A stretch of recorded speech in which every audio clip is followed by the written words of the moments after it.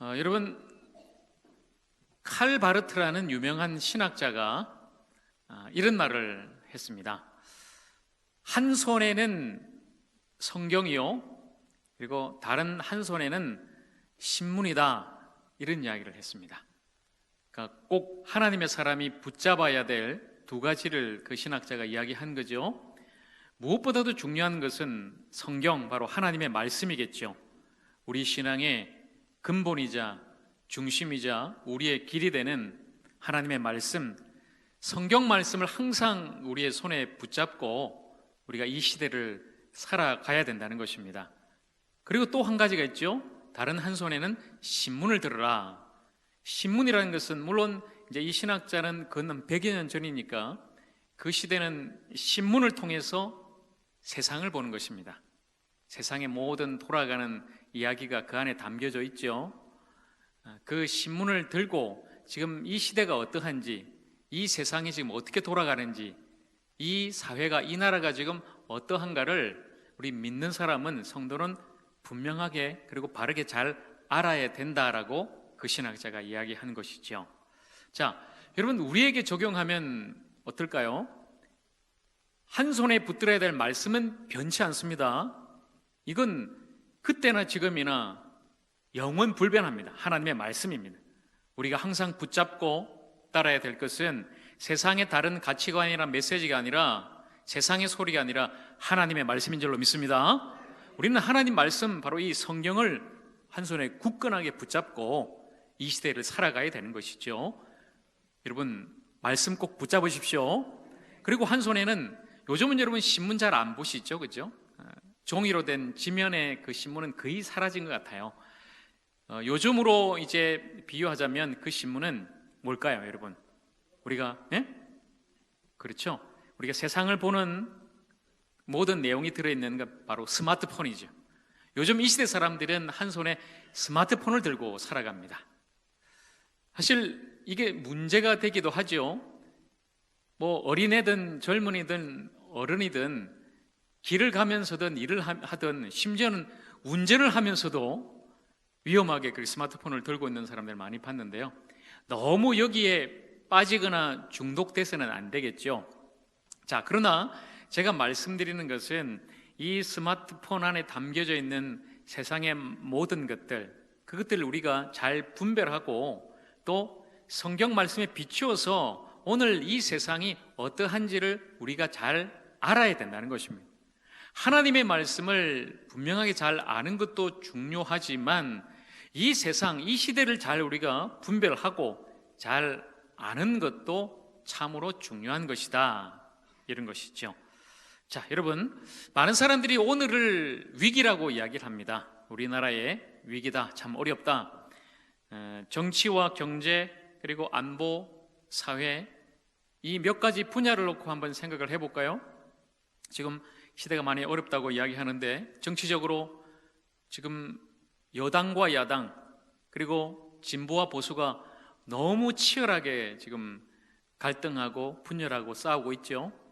이제 앞으로 또 총선이, 국회의원 선거 다가오니까 더 이 싸움은 치열해지는 것 같습니다. 정치의 위기를 우리가 이야기하자면 한마디로 그냥 지금 우리나라 국회를 봐라, 이거예요. 국회 안에서 지금 벌어지고 있는 그것들을 보면 우리나라의 정치가 지금 얼마나 어려운가, 위기인가를 알 수가 있죠. 자, 경제도 어렵습니다. 빈부격차는 날로 심해지고, 잘 사는 사람은 날이 갈수록 잘 살고, 힘들고 못 사는 사람들은 날이 갈수록 어렵게 사는 그런 시대입니다. 취업난은 더욱더 심각해지고, 집값은 계속해서 천정부지로 오르고 있고, 또 일본의 수출 규제 때문에 우리나라가 지금 경제적으로 타격을 받아서 또 어려움 가운데 있기도 하지요. 안보는 어떻습니까? 사실 저는 작년, 재작년 좀 기대했습니다만은 북한의 모든 핵무기가 이제는 철폐가 되고 전쟁이 종식이 돼서 남북이 참으로 이제 평화의 시대로 함께 나가기를 바랐지만, 참 우리의 바람대로, 우리의 소망대로는 쉽게 되지가 않더라고요. 여전히 북한의 핵의 위협은 계속되고 있고, 또 북한과 미국 간의 갈등이 계속해서 또 더해지고 있죠. 안보의 문제도 위기입니다. 사회적으로는 어떻습니까? 날마다 들려오는 폐역하고 그리고 폐륜적인 많은 범죄가, 끔찍한 그런 일들이 계속해서 우리 사회 곳곳에서 지금 벌어지고 있죠. 그리고 버닝썬이라고 우리가 통칭되는 그곳에서 일어난 많은, 사실은 몇몇 인기 유명 연예인들을 통해서 일어난 사건이지만, 그 사건이 우리 사회에 울린 경종이 뭐냐면, 단순히 몇 명의 그런 타락한 사람들의 이야기 아니라 파고 또 파보니까 이게 전체 우리 사회의 문제라는 것이죠. 모두가 그렇게 썩어 있더라, 타락하고 있더라. 이것을 우리 사회에 적나라하게 보여준 사건이 바로 그 사건이었습니다. 그만큼 지금 우리는 위기 가운데 있는 것이죠. 과연 우리나라는 지금 어디로 가고 있는 것인가? 여러분, 그러나 지금 위기라고 누구나 이야기하지만 그 위기는 기회가 될 수가 있습니다.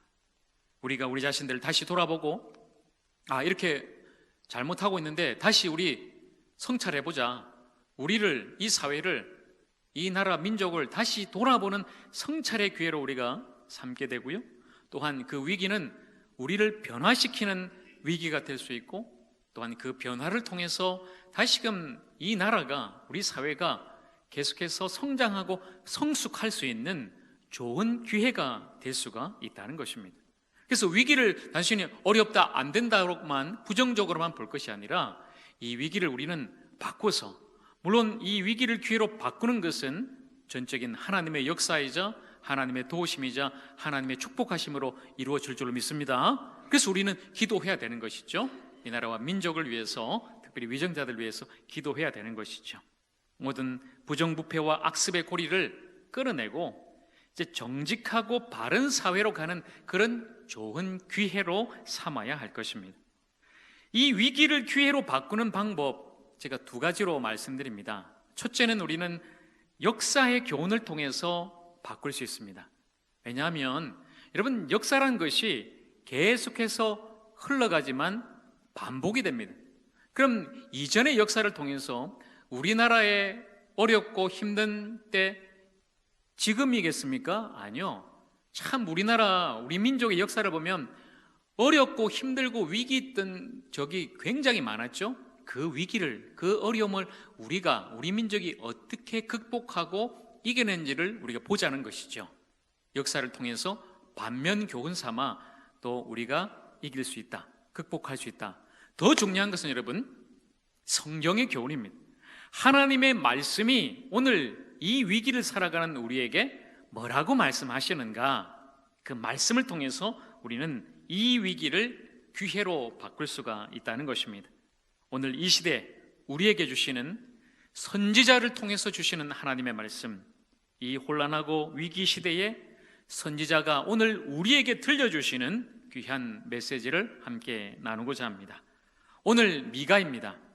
이 미가 선지자는 BC 700년경, 그러니까 지금으로부터 2700년 전에 이스라엘, 특별히 남유다의 히스기야 왕 시대에 예언을 했던 선지자입니다.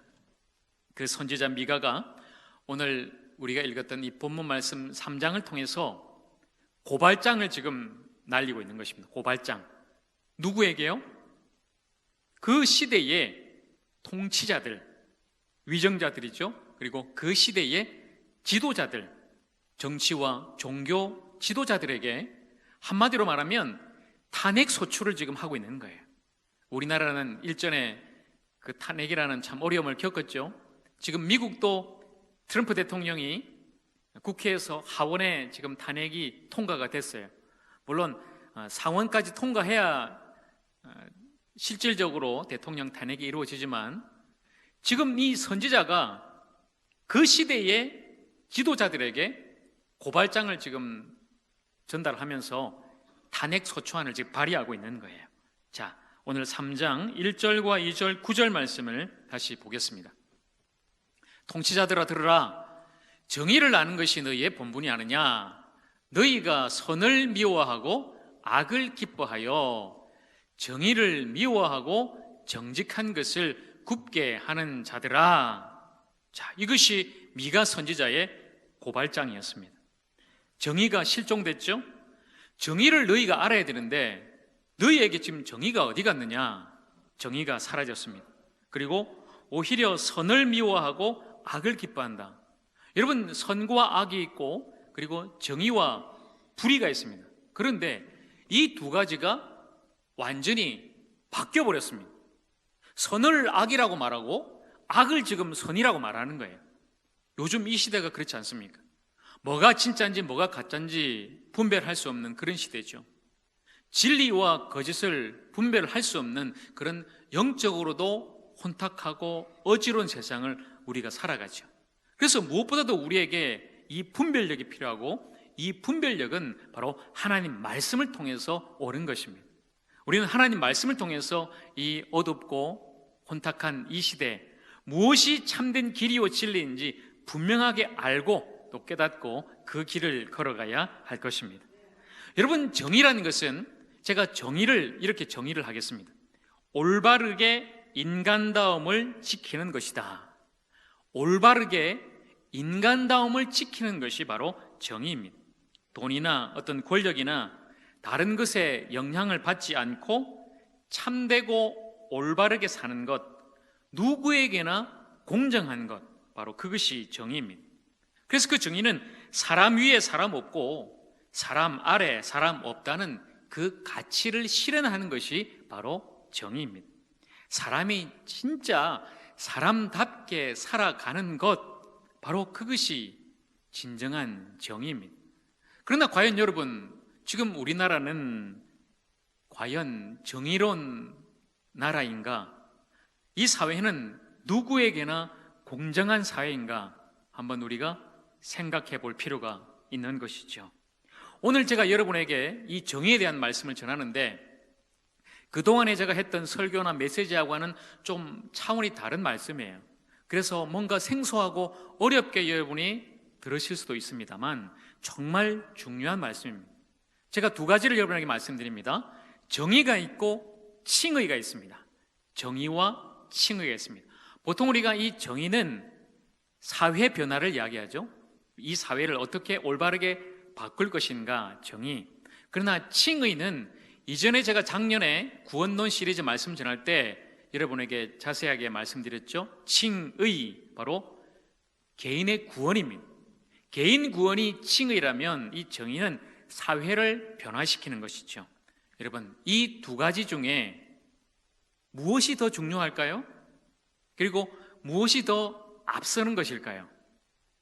자, 여러분 우리가 아무리 이 세상이 지금 악하고 폐역하고 잘못돼서 우리가 이 세상을 변화시켜야 된다, 고쳐야 된다, 우리 힘으로는 할 수 없습니다. 우리 뜻대로는 할 수 없습니다. 왜냐하면 우리 모두는 죄인이기 때문입니다. 죄인인 우리 자신도 변화시킬 수 없는 우리가 어떻게 이 세상을, 이 사회를, 이 나라를 변화시킬 수 있겠습니까? 그래서 우리에게 필요한 것이 먼저 칭의입니다. 칭의는 무엇입니까? 의롭다 한다, 이것이죠. 하나님께서 죄인인 우리를, 저와 여러분을 예수 그리스도를 통해서 의롭다고 칭해 주시는 것, 바로 이것이 칭의입니다. 이것은 전적인 하나님의 은혜로 이루어지는 것입니다.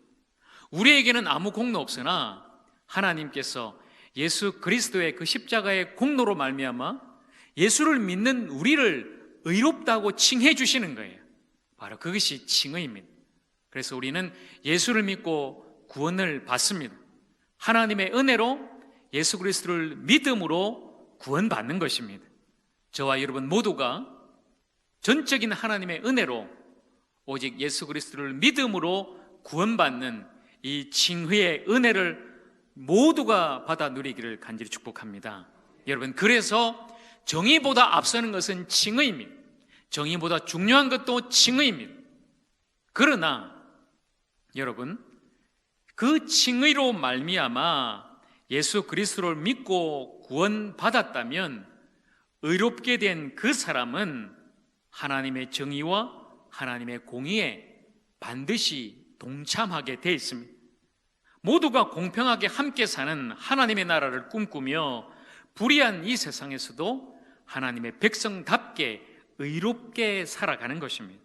그래서 여러분, 이 칭의는 정의로 이어져야 하는 것입니다. 성경은 이 칭의와 정의를 함께 말씀하고 있습니다. 여러분, 이 성경 66권 전체를 모아 하나로 이야기하면 예수 그리스도 안에 있는 구원입니다.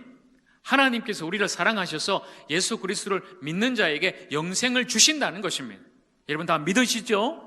우리 모두가 그렇게 하나님께 칭의받아 예수를 믿고 구원받았습니다.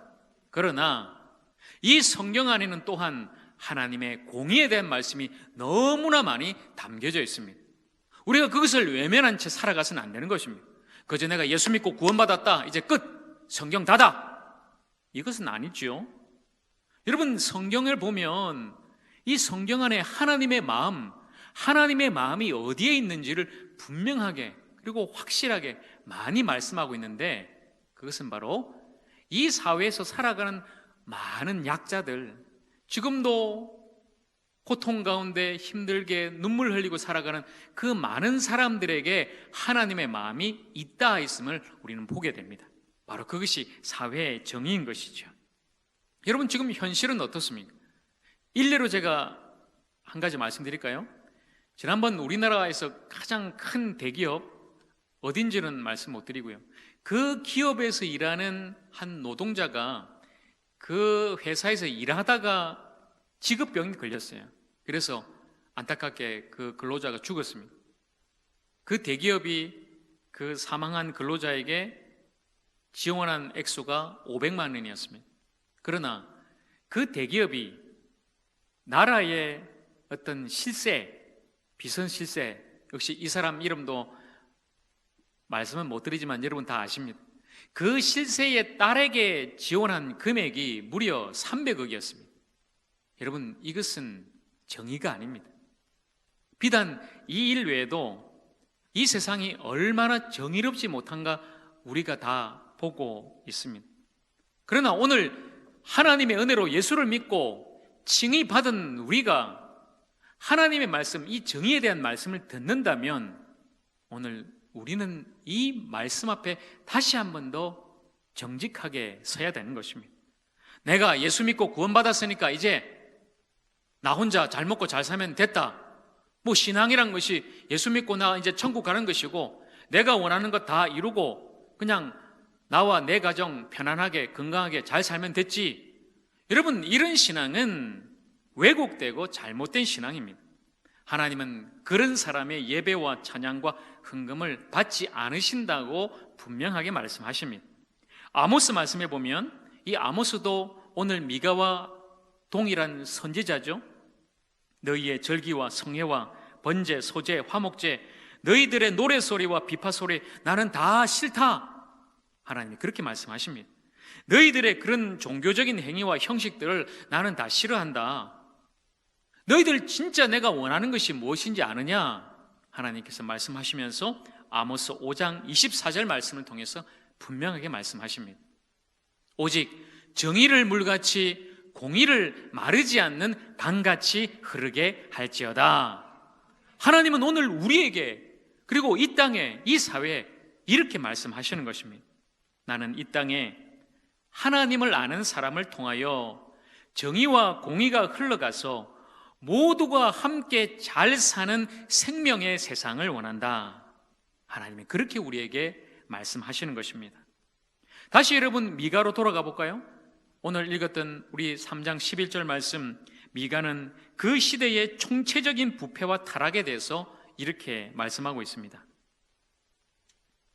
그들의 우두머리들은 뇌물을 위하여 재판하며 그들의 제사장은 싹스를 위하여 교훈하며 그들의 선지자는 돈을 위하여 점을 치면서도 여호와를 의뢰하여 이르기를 여호와께서 우리 중에 계시지 아니하냐, 재앙이 우리에게 임하지 아니하리라. 여러분, 그 시대의 거짓 선지자들은 돈을 주면, 쉽게 이야기하면 사례비 많이 받으면 평강합니다, 평안합니다 이렇게 이야기하고, 돈을 안 주면, 사례비 적게 주면 전쟁이다, 죽을 줄 알아라 이렇게 이야기합니다. 완전히 싹군들입니다. 뇌물을 받는 그 시대의 재판관들, 요즘도 비슷하죠? 유전무죄요, 무전유죄입니다. 돈이 있으면, 돈 많으면 무죄요. 돈 없으면 그 사람은 유죄인 것입니다. 제사장과 선지자는 어떻습니까? 돈 때문에 제사장은 설교를 하고, 선지자들도 돈을 많이 벌려고 거짓 예언을 지금 하고 있는 것입니다. 그러면서도 나는 하나님 믿는다, 하나님을 의지한다, 괜찮다, 하나님이 우리와 함께 하신다, 그래서 우리는 잘 될 것이다, 내가 복을 많이 줄 테니까 나한테 갖다 바쳐라. 지금 이 이야기를 그 시대의 지도자들이, 종교 지도자들이 지금 하고 있는 것입니다.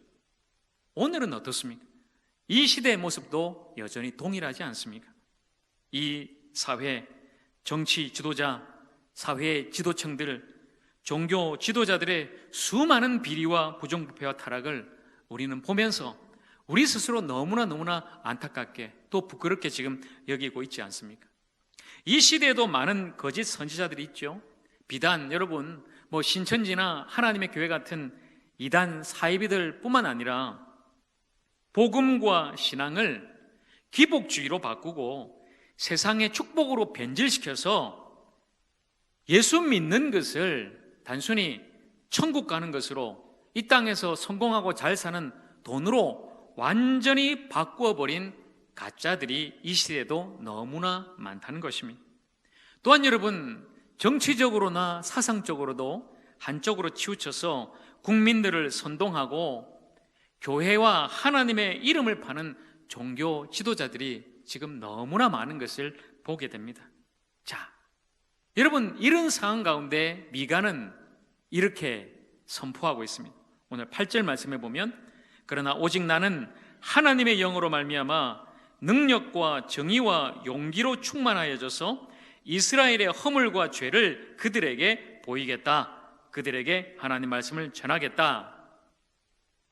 여러분, 그 시대의 모든 지도자들이, 제사장들이, 거짓 선지자들이 다른 말을 하고 하나님의 말씀 아닌 거짓된 메시지를 전하고 있지만, 지금 이 미가 선지자는 나는 그래도 하나님 말씀을 바르게 전하겠다, 이렇게 하고 있는 거예요. 여러분, 미가 선지자가 그 시대에 그 사람들에게 인기가 있었을까요? 없었을까요? 한번 여러분 생각해 보십시오.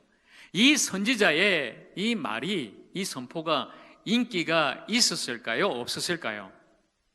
맞습니다. 없었습니다. 오늘 저의 설교도 아마 여러분에게는 인기가 없을지도 모릅니다. 그러나 분명하게 선포해야 되는 말씀이죠. 세상은 다 그렇게 잘못 치우쳐서 잘못될지라도 나라도 분명하게 하나님 말씀 앞에 서서 하나님의 말씀, 하나님께서 진정 우리에게 원하시는 것이 무엇인지 나라도 올바르게 전해야 되겠다, 그런 마음으로 지금 선지자가 선포하고 있는 것입니다. 이런 결단이 오늘 우리 모두에게도 있어야 할 것입니다. 세상이 다 치우쳐도 나는 정말 하나님 사람답게, 예수를 믿고 구원받은 성도답게 이 어두운 세상에서 하나님의 영광의 빛을 비추고 하나님 말씀, 참된 진리의 말씀을 선포하면서 나는 살아가리라. 이 결단이 우리 모두에게 있기를 간절히 축원합니다. 예수님께서도 그런 용기를 우리에게 보여주셨죠. 그 시대에 많은 거짓된 바리새인들에게 이 독사의 자식들아, 너희들 외식하지 마라. 너희들에게 화가 있을 거다. 성전에서 장사하는 장사치들을 다 몰아내고 이곳은 강도의 소굴이 아니다. 만민이 기도하는 하나님의 집이다 라고 예수님 말씀하셨습니다. 노끈으로 채찍을 만드는 그 예수님의 용기가 오늘 우리 모두에게도 필요한 것입니다. 여러분, 오늘 우리도 이 시대의 선지자의 역할과 예언자의 그 사명을 감당해야 하는 것입니다. 만약에 믿는 우리들이 잠잠한다면, 예수를 믿고 구원받은 하나님의 백성인 우리 교회가 잠잠하고 선포하지 않고 외치지 않고 잘못하고 있다면 어떻게 이 세상이, 이 사회가 변화되겠습니까? 우리는 복음을 선포하고 또한 하나님의 정의를 이 땅에 선포해야 되는 것입니다. 그렇다면 오늘 이 시대를 살아가는 우리는 어떻게 살 것인가, 무엇을 해야 될 것인가, 오늘 미가는 분명하게 우리에게 말씀하고 있습니다. 오늘 6장 8절 말씀입니다. 자, 이 말씀 우리 함께 읽겠습니다. 시작. 사람아, 주께서 선한 것이 무엇임을 내게 보이셨나니 여호와께서 내게 구하시는 것은 오직 정의를 행하며 인자를 사랑하며 겸손하게 내 하나님과 함께하는 것이 아니냐. 아멘. 하나님께서 선한 것을 우리에게 보이셨습니다. 이 선한 것은 가장 좋은 것, 우리가 하나님의 사람으로 살아가는 데 있어서 가장 좋은 것, 가장 아름다운 것, 바로 세 가지입니다. 첫째는 정의를 실천하라. 이 땅의 모든 불의와 불공정에 대해서 우리는 정의롭게 그 정의를 실천하며 살아야 됨을 분명하게 말씀하셨습니다. 또한 두 번째는 인자를 사랑하라. 이 인자는 사람의 아들 예수님을 말하는 것이 아니라 인자, 헤세드, 바로 하나님의 은혜입니다. 하나님의 긍휼하심과 하나님의 그 인자하심으로, 그 긍휼하심으로 사랑하라는 것입니다. 사랑하라는 것이 바로 하나님의 말씀입니다. 그리고 마지막 세 번째, 겸손하게 하나님과 함께 살아가라. 하나님과 동행하라. 바로 이것이 선지자를 통해서 오늘 우리 모두에게 주시는 분명한 하나님의 말씀과 뜻인 것입니다. 여러분, 이 선지자의 영성은 예수님의 영성과도 동일하죠. 예수님께서 마태복음 23장 23절을 통해서 이렇게 말씀하셨습니다. 화 있을진저 외식하는 서기관들과 바리새인들이여, 너희가 박하와 회향과 근처에 11조는 들이되 율법에 더 중한 바 정의와 긍휼과 믿음은 버렸도다. 그러나 이것도 행하고 저것도 버리지 말아야 할지니라. 아멘. 그 시대의 많은 종교인들, 지도자들 철저하게 11조를 잘 했습니다.